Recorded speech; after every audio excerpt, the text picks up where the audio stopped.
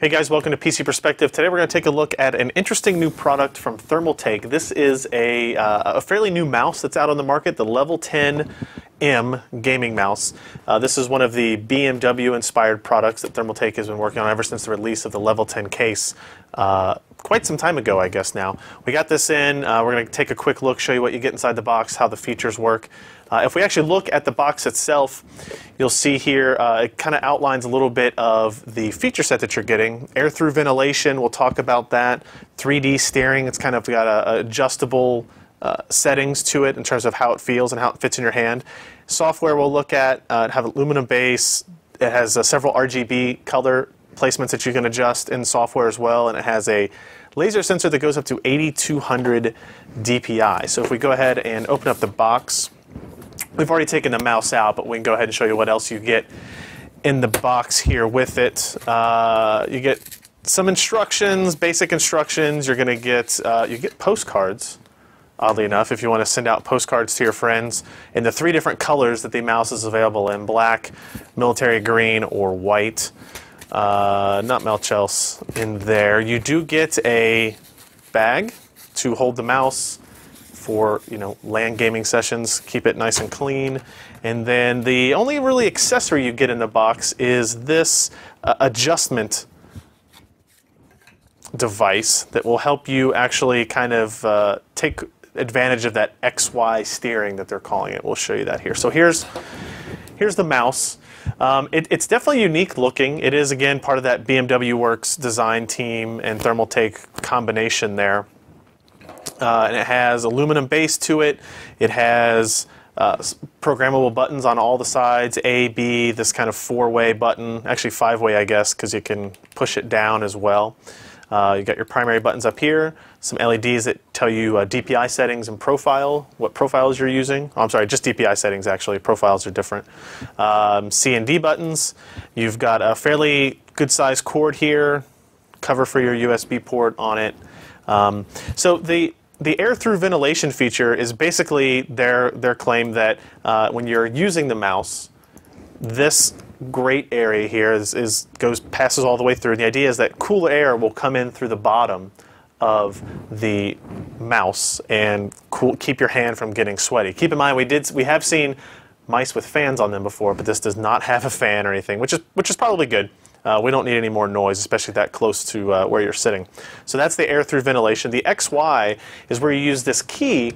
You can actually adjust 2 different aspects of the device. So if we look at it on this angle, you'll see it's going to be a little bit hard to see. There's a bit of a spring in there. When you put this in here and you adjust it, you can kind of see, it might be hard to tell, but there you go. The mouse is becoming taller. So when you put your hand on it, it depends on what angle you want your hand to be at. If we go the other way, we can actually adjust it all the way down too. So again, not a huge amount of adjustment there in terms of actual difference between the highest point and lowest point, but it's something there to kind of get what is ever most comfortable for you. And then the other direction actually rotates the top of the mouse in the perpendicular direction here. So if we look, and you can see this is the far right setting, and if we turn it the other way, you'll see the mouse top physically moving to the left. I'll move it back. So it's not a whole lot. It looks like it's 5 degrees or so according to the labels, but you're basically adjusting how it feels in your hand to the left or to the right. So overall, our experiences with using it, Ken has been using it for both some gaming and some video editing and that kind of stuff. Fairly good. These lights will light up, and we'll actually go ahead and plug it in here and give you an idea about the software as well as what it looks like when it's lit up. So we'll go ahead and plug it into our laptop here. And it actually takes a little bit to initialize, but you can see here, there we go. So it's actually loaded up into a profile. 1 through 4 here is your DPI setting. If we adjust it, we go from, I forget what the settings are, the maximum preset is 5000 DPI, and I think the lowest one is 800 DPI. But that's all using this thumb accessible switch here. Now when you click it in, it actually changes profiles. So you can see if I click it in, the way you can tell if you're changing profile is you'll have preset colors. So this one has a glowing purple logo underneath there and a purple logo on the primary mouse button. You can see we can switch profile there, switch profile again, one more time, and there you go. And there are 5 separate profiles that you'll have access to.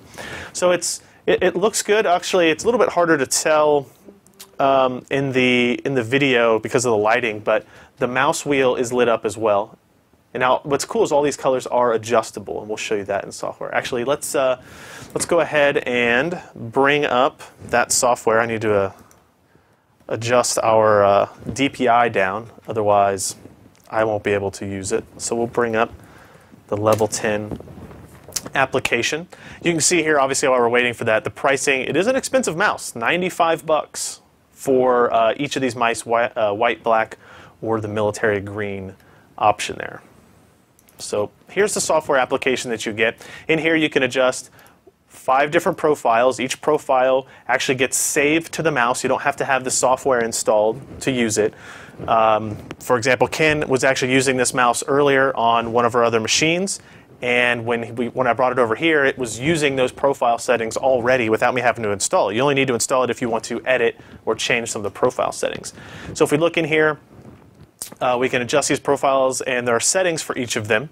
So if we go to, you can do things like light options, right? So let's click here, and let's make that green. And if we hit OK, if you look back over here, you can see that that's green now. And if we adjust the internal color to that same green, hit OK, and we come back here, and you'll be able to tell that both of those internally are green. And you can adjust the mouse wheel as well. It's a little bit harder to see the mouse wheel coloring, but there you go. Now we've got green on every aspect of it. Just a little bit of cool personalization you can do.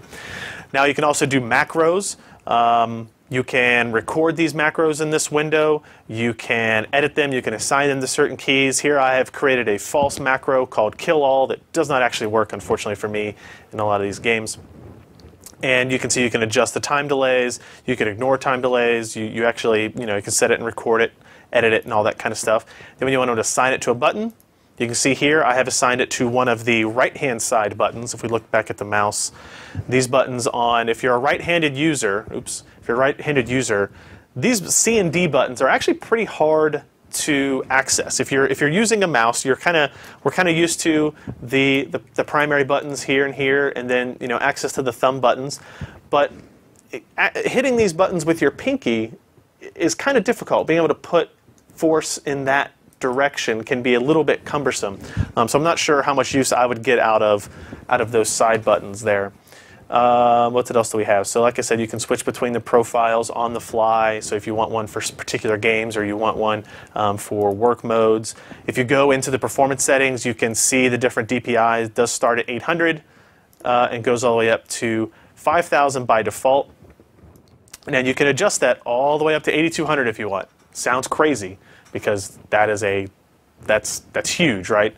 But you can do it, and I'll go ahead and set that. And I want to, yeah, that's not really workable for me. But if you want to do that, you can still do that. And I like how the software will tell you what level you're on as you adjust. See down here, as I click the button, it'll tell me I'm at 3,200 DPI, and I clicked it. Now I know I'm at 8,200 DPI. And if I change profiles, it'll tell me down there as well, P3, P4, P5, P1. Now I don't know if that overlay works while you're gaming. I'm guessing that it does not, but either way, not too bad. There's in profile management, you can export these, back them up, that kind of stuff. And like I said, you can adjust a lot of these speeds and feeds, change the polling rate, all that kind of stuff.